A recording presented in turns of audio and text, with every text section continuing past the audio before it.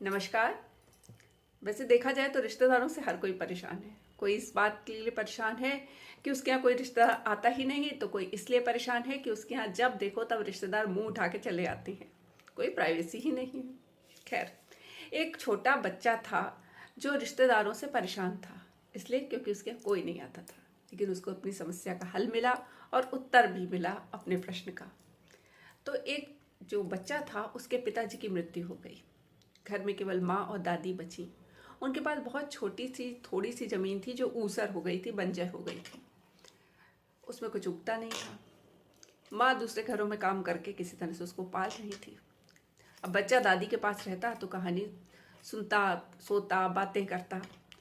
लेकिन वो देख जब वो स्कूल जाने लगा तो उस देखता था कि सब बच्चों के यहाँ रिश्तेदार आते हैं, किसी के यहाँ मौसी आती हैं, किसी के मामा आते हैं, किसी के यहाँ जो है चाचा चाची आते हैं, लेकिन उसके यहाँ तो कोई नहीं आता, कभी नहीं आता। तो वो दादी से पूछता, दादी दादी बताओ कि हमारे रिश्तेदार क्यों नहीं आते। तो दादी ने कहा कि आएंगे, वो सब ज़मीन में गड़े हैं।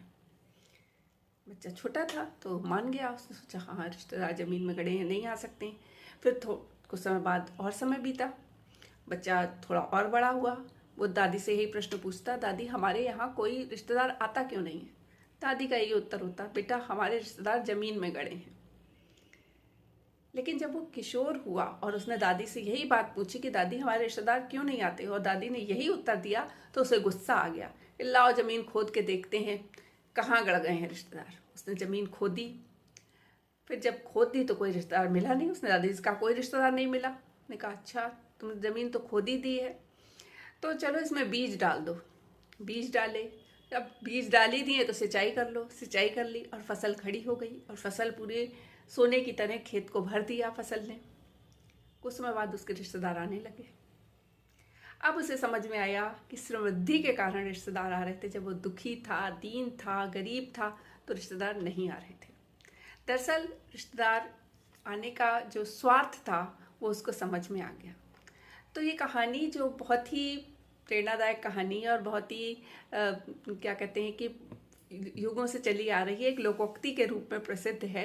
वो कहानी कहीं ना कहीं ये संदेश देती है कि जिन्हें हम अपना कहते हैं वो भी हमारे अपने नहीं होते, हमारी समृद्धि के, सफलता के अपने होते हैं। तो इसलिए मनुष्य को दूसरों के लिए समय बर्बाद करने की जगह, दूसरों का जहाँ दुख हो वहाँ तो काम आए, लेकिन बातों में इधर उधर समय बर्बाद करने की जगह अपनी समृद्धि और सफलता पर ध्यान देना चाहिए। छोटी सी कहानी की ये प्रेरणा आपको कैसी लगी हमें ज़रूर बताइएगा।